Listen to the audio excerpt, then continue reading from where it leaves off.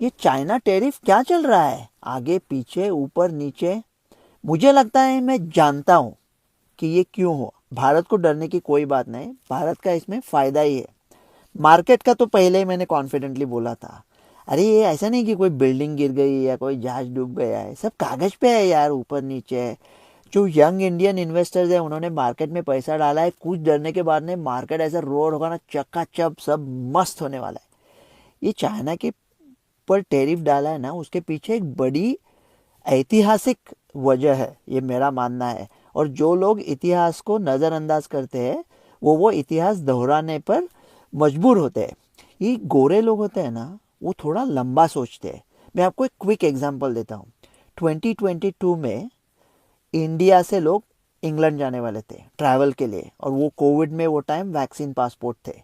तो इंग्लैंड को बंदी लगानी थी कोवैक्सीन पे, लेकिन उन्होंने कोवैक्सीन पे बंदी लगाई तो लोग उनको रेसिस्ट कहेंगे। इसलिए उन्होंने क्या किया, कोविशील्ड और कोवैक्सीन दोनों पर बंदी लगाई। इंडिया उन पर टूट पड़ा। इंग्लैंड ने बोला ठीक है, कोविशील्ड को ले लेंगे। तो उसका नतीजा क्या हुआ, कोवैक्सीन को जो बंदी थी वो बंदी वैसे रह गई। कोविशील्ड को तो उनको परमिशन देनी ही थी। इंग्लैंड को किसी ने रेसिस्ट नहीं कहा, और हम लोग झब्बा डाल के भांगड़ा कर रहे हैं कि अंग्रेजों को उनकी जगह दिखाई। सर गोरा लोग ऐसा अलग तरह से सोचते हैं।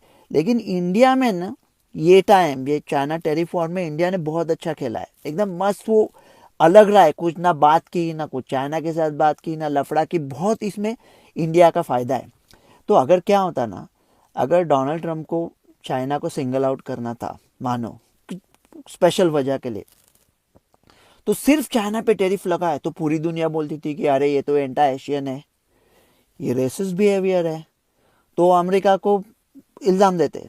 तो उन्होंने क्या किया, मानो अमेरिका है गब्बर सिंह, और उनको सिर्फ ठाकुर बलदेव सिंह को तकलीफ देनी है पूरे रामगढ़ में।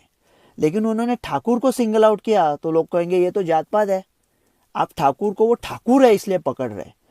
तो बुलाया अमेरिका ने, सबको बुलाया, मतलब रामलाल, सन्नाटा चाचा, धन्नो, मौसी, जय, बीरू, सब लोग आ गए और उनको कहा आप सब लोग कृपया हाथ ऊपर कीजिए, मैं आपके ऊपर टैरिफ लगाने वाला हूँ और बाद में आपको एक सवाल पूछने वाला हूँ। तो टैरिफ तो लगा है, हाथ सबने ऊपर किए थे। फिर अमेरिका ने पूछा कि आपने जो ऊपर किया है वो क्या है। सब लोग बोले हाथ है, जय बोला हाथ है, वीरू बोला हाथ है, सब लोग बोले हाथ है। ठाकुर बलदेव सिंह क्या बोला, ये हाथ नहीं गब्बर, ये फांसी का फंदा है। तो अभी ठाकुर को पकड़ूंगा, बाकी के लोगों को बोलो तुम जाओ। मतलब यूरोप ने एक हाथ उठाया था लेकिन उसमें सफ़ेद झंडी थी, वो यूरोप को भी देख लेंगे। तो ये क्यों है लफड़ा, चाइना के साथ झगड़ा क्यों है। क्या हुआ था ना, जब चाइना पे चिंग डायनेस्टी का राज था, 1838 की बात कर रहा हूँ, तब इंग्लैंड उसको बेचना चाहता था, जैसा वो इंडिया पे ऑलमोस्ट कब्जा कर चुके थे।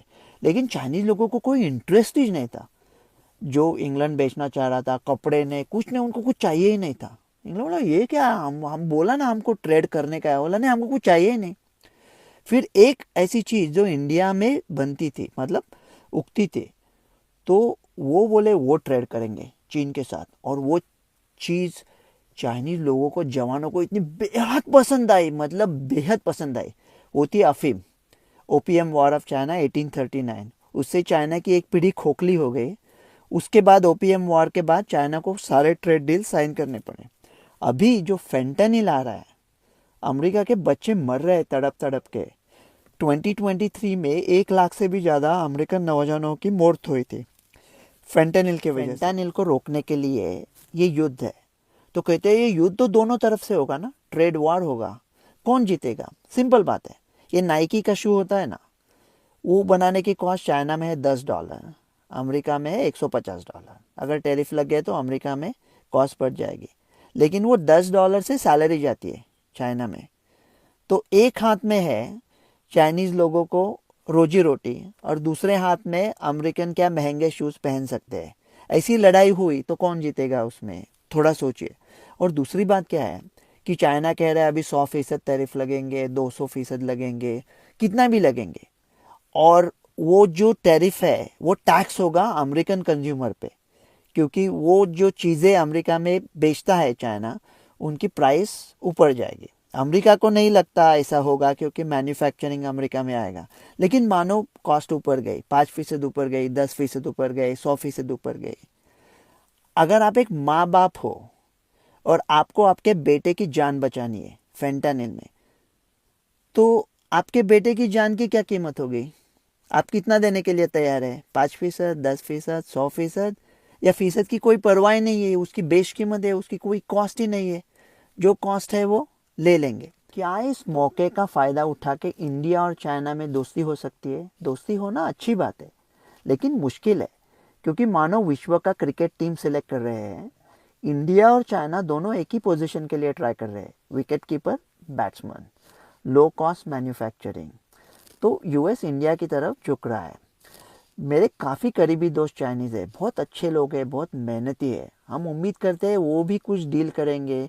हम ऐसा नहीं चाहते कि किसी का बुरा हो, लेकिन अभी हमारे फाइनेंशियल एक्सपर्ट है, वो तो सब कर रहे हैं कि ये सब जोकरगिरी है, इसमें कुछ चलने वाला नहीं है। हमारे फाइनेंशियल एक्सपर्ट से हम लोग एक चीज़ ज़रूर सीख सकते हैं कि गलतियाँ कैसे की जाती है।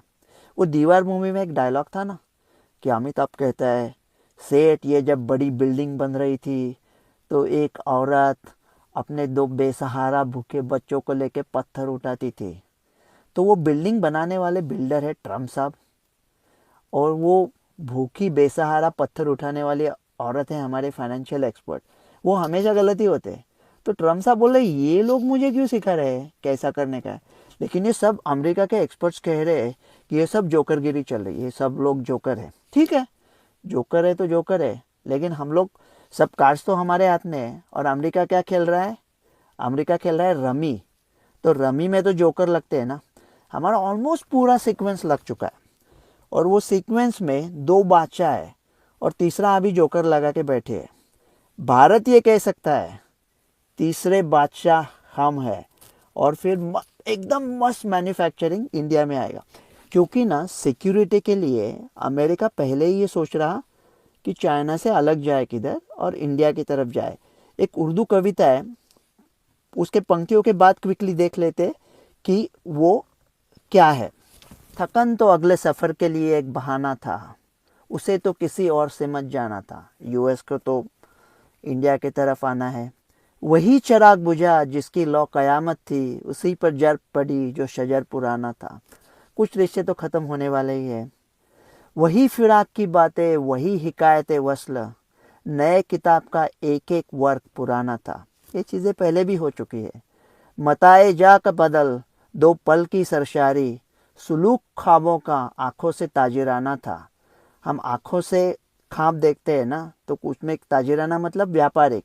ये कुछ डील तो चलेगा ना, आँख और